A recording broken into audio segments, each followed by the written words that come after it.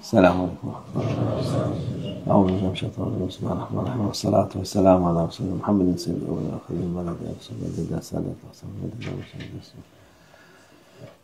Kâle Resulullah sallallahu aleyhi ve sellem: "Ekter salat fi beytik yakter hayr beytik ve sellem ala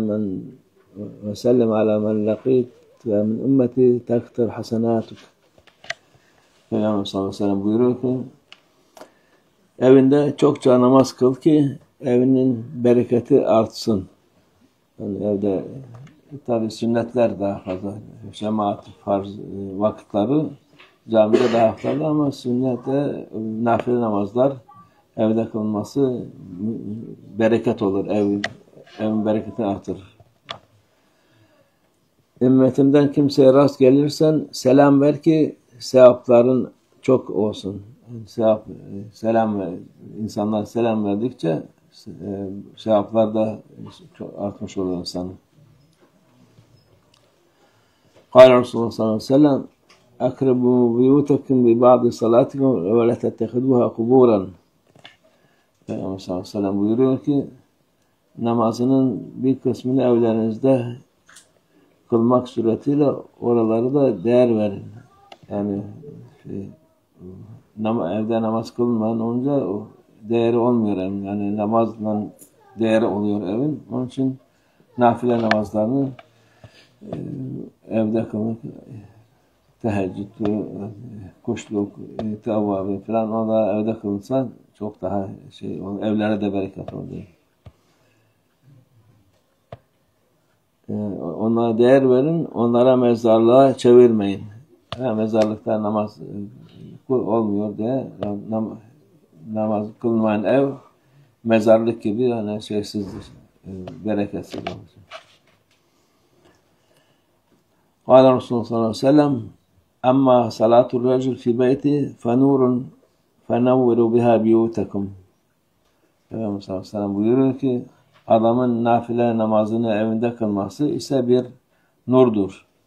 Yani artık onunla evlerinizin nurlandırın diyor Peygamber sallallahu aleyhi ve sellem. Yani namazdan nur geliyor, hemen nur, yani onu evin nuru artsın diye namazını, nafileleri evde kılın diyor Peygamber sallallahu aleyhi ve sellem. Kâle Resulullah sallallahu aleyhi ve sellem: "Tatavvu'ar racul fi beytihi yezidu ala tatavvu'ihi inde'n nas kefadli salati racul fi cemaatin ala salati vahdehu." Ala salati vahdehu. Kişinin evinde kıldığı nafile namazın başka kişilerin bulunduğu bir yerde kıldığı nafile namaza olan üstünlüğü, kişinin cemaatle kıldığı namazın tek olarak kıldığı namaza olan üstünlüğü gibidir. Yani evinde kılan nafile namaz, camide insanların önünde kılıp da nafile namaz, onların kıymeti, evde kılınan kıymeti cemaatle namaz kılmış gibi oluyor.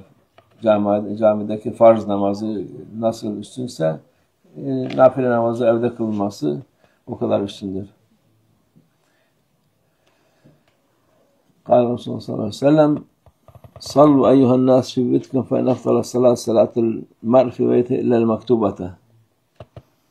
Peygamber sallallahu aleyhi ve sellem buyuruyor ki, ey insanlar, evlerinizde namaz kılınız. Şüphesiz ki farz namaz dışındaki namazların en üstünü kişinin evinde kıldığı namazdır. Yine bu şeydir. Nafile evde kılan namaz. Çünkü namaz cami zaten farz için 25-27 kat daha fazla sevaptır ama nafile için nafile namaz evde kılması daha müstehaptır, daha faydalıdır, daha sevaptır. Ve Resulullah sallallahu aleyhi ve sellem: "Sallu fi beytikum ve la tettehiduha kuburan." Sallallahu aleyhi ve sellem buyuruyor ki, evlerinizde nafile namazı kılın ve onları mezarlığa çevirmeyin. Yani mezarlıkta namaz kılınmaz, yapılmaz. Onun için namaz kılmayan ev mezarlık gibi sayılır. Ruhsuz, bereketsiz. قال الرسول صلى الله عليه وسلم صلوا في بيوتكم ولا تتركوا النوافل فيها. Peygamber sallallahu aleyhi ve sellem evlerinizde namaz kılın ve onlarda nafile namaz kılmayı bırakmayın. Nafile namaz her türlü namaz, ister gece namazı, gündüz namazı, abdest namazı, hepsi nafiledir bunlar. Nafile namaz. قال Resulullah sallallahu aleyhi ve sellem صلوا في بيوتكم ولا تتخذوها قبورا ولا تتخذوا بيتي عيدا وصلوا علي وسلموا فإن صلاتكم تبلغني حيث ما كنتم. Sana buyuruyor ki evlerinizden nafile namaz kılın ve onları mezarlığa çevirmeyin. Yine evleriniz namazsız olursa mezarlığa benzer. Benim mezarımı bayram yeri edinmeyin. Yani bu Peygamber sallallahu aleyhi ve sellem mezarını, kabri şerifini oraya hürmetle ziyaret edilir. Bayram gibi davul zurna filan olmaz. Orada hürmetle ziyaret edilir. Makam karşısında durulup okunur. Durabilirse, duramazsa geçerken salat selam verip geçeriz. Onu oturup da bayram gibi bana yerine gibi olmaz diyor. Yapmayın diyor Peygamber sallallahu aleyhi ve sellem. Oranın hürmeti var. Huşu'ların edeple ziyaret edilmesi lazım. Bana salatü selam getirin. İşte geçerken salatü selam yapacaksın. Peygamber huzurunda durunca salatü selam yapacaksın orada. Nerede olursanız olun selamınız bana ulaşır. Her taraftan dünyanın nereden okursa isterse dağın başında ister kuyunun dibinde olsun. Selam getirdin mi Peygamber sallallahu aleyhi ve sellem'e yetişir. قال Resulullah sallallahu aleyhi ve sellem as-salatu racul tatavvan haythu la yarahu nas ta'da salatu ala a'yun nas 25. Peygamber sallallahu aleyhi ve sellem gene buyuruyor ki kişinin insanların kendisini görmeyeceği bir yerde nafile namaz kılması görünen yerde kıldığı 25 namaza eşittir. Onun yani o kadar faziletlidir. قال Resulullah sallallahu aleyhi ve sellem salatu ahadikum fi beyti afdal min salati fi mescidi hada illa el-mektuba. Yani Peygamber sallallahu aleyhi ve sellem diyor ki sizden biriniz farz namazı dışında evinde kıldığı namaz, mescitte kıldığı namazdan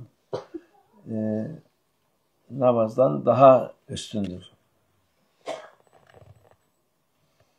قال Resulullah sallallahu aleyhi ve sellem فضل الصلاة الرجل في بيته على صلاته حيث يراه الناس كفضل المكتوبة على النافلة.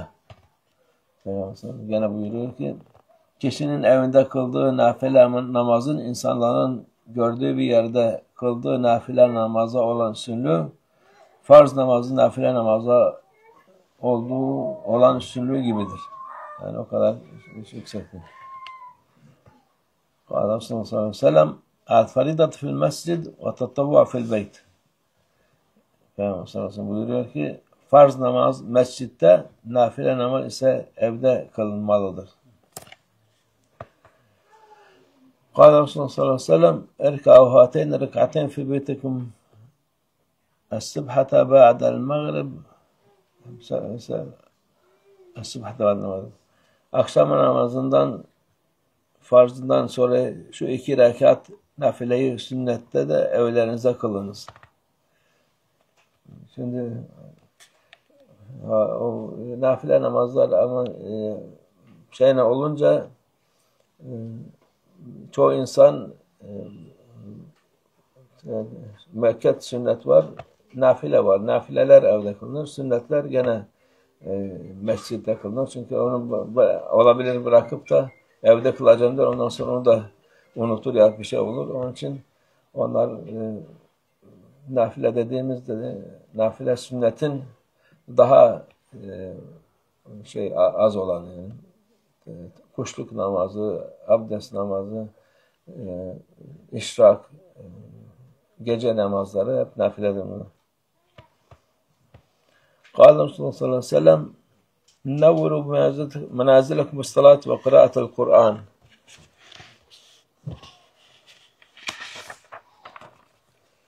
Peygamber sallallahu aleyhi ve sellem buyuruyor ki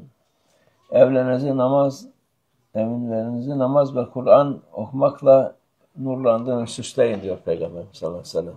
Yani onların süsü namaz ve Kur'an okumaktır. Sadaka Resulullah fîmâ kâl ev kemâ kâl. Ziyadetin la şerefin nebi sallallahu aleyhi ve sellem ashabil kiram ve ilâ ruh hakkâetine âkâetine khâsatin ilâ imam halifeti ve gavtul halife Hâcı Bahavuddin Muhammedin ve Yusuf Bukhari Seyyidina Abdülkhâlik Rızvani ve Mevlana Şeyh Şerafeddin Dağıstani مولانا شيخ الله فاز دعسان ومولانا شيخ محمد ناظم عادل الحقاني وسائر سعادات والصديقين ومن حضرت وجوارهم Hüseyin Efendi ve Fakâh ve Hacı Mustafa Turabi cümlemiz geçmiş ruhlar için, şehit şuhadalar ruhlar için, dünya saadeti için, Teala Fatiha.